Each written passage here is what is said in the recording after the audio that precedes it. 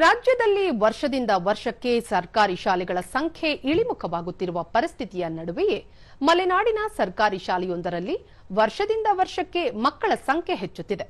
ಈ ಕುರಿತು ಒಂದು ವರದಿ.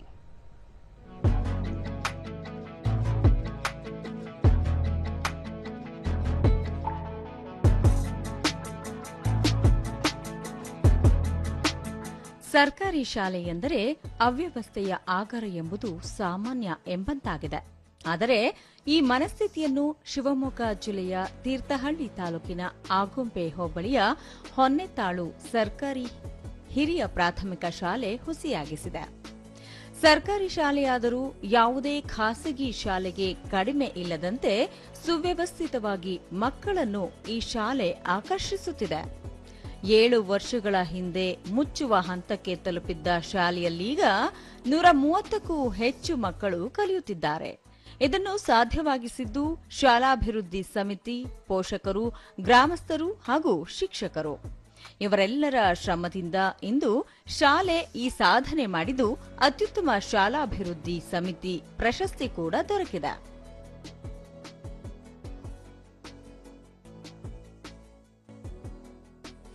ಮಲೆನಾಡಿನಲ್ಲಿ ಮಳೆಗಾಲದ ದಿನಗಳಲ್ಲಿ ಮಕ್ಕಳು ಶಾಲೆಗೆ ಬರುವುದೇ ಕಷ್ಟ.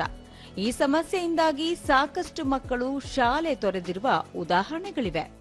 ಈ ಕೊರತೆ ನೀಗಿಸಲು ಶಾಲೆಗೆ ದೂರದಿಂದ ಬರುವ ಮಕ್ಕಳಿಗಾಗಿ ವಾಹನ ವ್ಯವಸ್ಥೆ ಮಾಡಲಾಗಿದೆ. ಅಲ್ಲದೆ ಶಾಲೆಯಲ್ಲಿ ಹೈಸ್ಪೀಡ್ ಇಂಟರ್ನೆಟ್ ವ್ಯವಸ್ಥೆ ಇದ್ದು ಕಂಪ್ಯೂಟರ್ ತರಬೇತಿಯನ್ನು ನೀಡಲಾಗುತ್ತಿದೆ.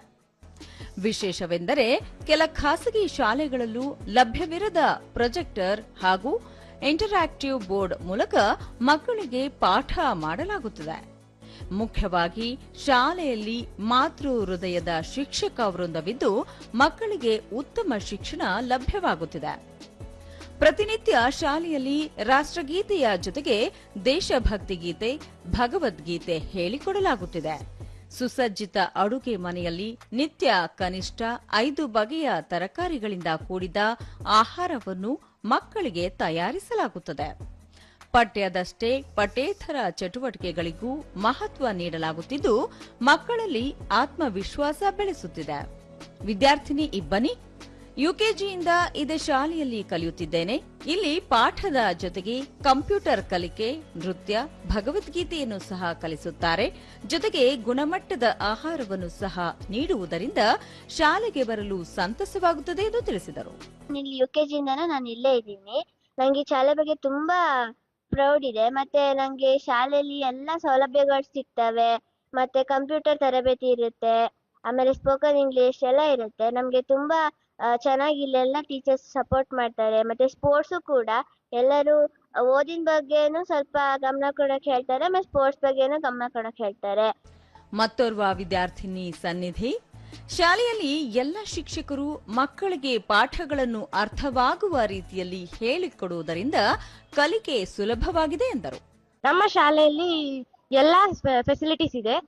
ನಮ್ಮ ಶಾಲೆಯಲ್ಲಿ ಭರತನಾಟ್ಯ, ಯೋಗ, ನಮ್ಮ ಶಾಲೆ ತುಂಬಾ ಚೆನ್ನಾಗಿದೆ. ನಮ್ಮ ಟೀಚರ್ಸ್ ಎಲ್ಲ ಸ್ಪೋರ್ಟ್ಸ್ಗೆ ಏನಾದ್ರು ಗೊತ್ತಾಗಿಲ್ಲ ಅಂದ್ರೆ ಹೇಳ್ಕೊಡ್ತಾರೆ. ಆಮೇಲೆ ಇಂಗ್ಲಿಷಲ್ಲಿ ಅರ್ಥ ಮಾಡಿಸಿ ಕನ್ನಡದಲ್ಲೂ ಪಾಠಗಳನ್ನ ಅರ್ಥ ಮಾಡಿಸ್ತಾರೆ. ವಿದ್ಯಾರ್ಥಿನಿ ರಮ್ಯಾ ನಮ್ಮ ಶಾಲೆಯಲ್ಲಿ ಕಂಪ್ಯೂಟರ್ ಲ್ಯಾಬ್ನಂತಹ ಅತ್ಯಾಧುನಿಕ ಸೌಲಭ್ಯದೊಂದಿಗೆ ಪೌಷ್ಟಿಕಾಂಶದಿಂದ ಕೂಡಿದ ಆಹಾರವನ್ನು ನೀಡುತ್ತಾರೆ. ಅಲ್ಲದೆ ಪುಸ್ತಕಗಳನ್ನು ಸಹ ಉಚಿತವಾಗಿ ನೀಡುತ್ತಿದ್ದು ಶಿಕ್ಷಣವೂ ಸಹ ಉತ್ತಮವಾಗಿದೆ ಎಂದು ಹೇಳಿದರು. ನಮ್ಮ ಸ್ಕೂಲ್ ಎಲ್ಲ ಇಂಪ್ರೂವ್ ಆಗಿ ತುಂಬಾ ಚೆನ್ನಾಗಿದೆ. ಅಲ್ಲಿ ನಮ್ಮ ಸ್ಕೂಲಲ್ಲಿ ಕಂಪ್ಯೂಟರ್ ಲ್ಯಾಬ್ ಇದೆ, ಮತ್ತೆ ಲೈಫ್ ಸ್ಕಿಲ್ ಹೇಳ್ಕೊಡ್ತಾರೆ. ನಮಗಿಷ್ಟ ಆಗಿದ್ಬೇಕಾದ್ರೆ ವರ್ಕ್ ಮಾಡ್ಬೋದು. ಊಟ ಮಾಡಕ್ಕೆ ಮೊಟ್ಟೆನೂ ಸಿಗತ್ತೆ ಅದ್ರ ಜೊತೆಗೆ.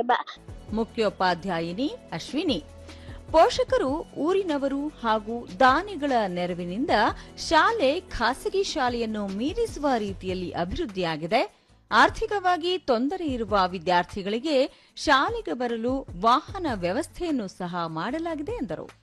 ಯಾವುದೇ ಒಂದು ಶಾಲೆಗೆ ಈ ತರ ನಮ್ಮ ಶಾಲೆ ತರಾನೇ SDMC ಆಗಿರ್ಬೋದು, ಆಮೇಲೆ ಪೋಷಕರ ಸಹಕಾರ, ದಾನಿಗಳ ಸಹಕಾರ ಸಿಕ್ಕಿದ್ರೆ ಯಾವುದೇ ಗೌರ್ಮೆಂಟ್ ಶಾಲೆಗಳು ಕೂಡ ಮುಚ್ಚೋದಿಲ್ಲ ಅಂತ ಅನ್ಸುತ್ತೆ. ನಮ್ಮ ಶಾಲೆಯಲ್ಲಿ ಕ್ವಾಲಿಟಿ ಎಜುಕೇಶನ್ ಸಿಗ್ತಾ ಇದೆ. ಶಾಲಾಭಿವೃದ್ಧಿ ಸಮಿತಿ ಅಧ್ಯಕ್ಷ ನಿತ್ಯಾನಂದ 7 ವರ್ಷಗಳ ಹಿಂದೆ ಯಾವುದೇ ಅಭಿವೃದ್ಧಿ ಇಲ್ಲದೆ ಮುಚ್ಚುವ ಹಂತದಲ್ಲಿದ್ದ ಶಾಲೆಯ ಪರಿಸ್ಥಿತಿಯನ್ನು ಗಮನಿಸಿ ಊರಿನವರೆಲ್ಲ ಸೇರಿ ಅಭಿವೃದ್ಧಿಗೆ ಮುಂದಾದೆವು. ಶಾಲೆಗೆ ಧರ್ಮಸ್ಥಳ ಗ್ರಾಮಾಭಿವೃದ್ಧಿ ಯೋಜನೆ, ಶೃಂಗೇರಿ ಶಕಟಪುರ ಮಠಗಳು, ಬೆಂಗಳೂರಿನ ಎನ್ಜಿಒಗಳು ಹಾಗೂ ದಾನಿಗಳು ನೆರವು ನೀಡುತ್ತಿರುವುದರಿಂದ ಖಾಸಗಿ ಶಾಲೆ ಮೀರಿಸುವಂತೆ ಅಭಿವೃದ್ಧಿ ಹೊಂದಿದೆ ಎಂದರು. ಹಾಗೆ ನಮ್ಮ ಹಿರಿಯ ವಿದ್ಯಾರ್ಥಿಗಳು ನಾವು ಏನು ಈ ಶಾಲೆಗೆ ಏನಾದ್ರು ಕೊಡುಗೆ ನೀಡಬೇಕು ಅಂತ ಇಲ್ಲಿ ಓದಿದಂತ ಹಿರಿಯ ವಿದ್ಯಾರ್ಥಿಗಳು ದಿನಕ್ಕೆ 10 ರೂಪಾಯಿ ಲೆಕ್ಕ ನಮ್ಮ ಶಾಲೆಗೆ ತೆಗೆದಿದ್ದು ತಿಂಗಳಿಗೆ 300 ರೂಪಾಯಿನ ನಮ್ಮ ಶಾಲೆಯ ಒಂದು ಅಕೌಂಟ್ ಮಾಡ್ಕೊಂಡಿದೀವಿ ನಾವು.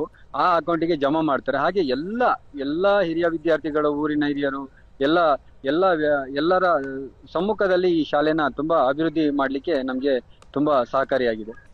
ಶಾಲಾಭಿವೃದ್ಧಿ ಸಮಿತಿ, ಶಿಕ್ಷಕರು, ಪೋಷಕರು, ಗ್ರಾಮಸ್ಥರು ಮನಸ್ಸು ಮಾಡಿದರೆ ಸರ್ಕಾರಿ ಶಾಲೆಗಳ ವೈಭವ ಮರಳಲು ಸಾಧ್ಯ ಎಂಬುದನ್ನು ಹೊನ್ನೆತಾಳು ಶಾಲೆ ನಿರೂಪಿಸಿದೆ.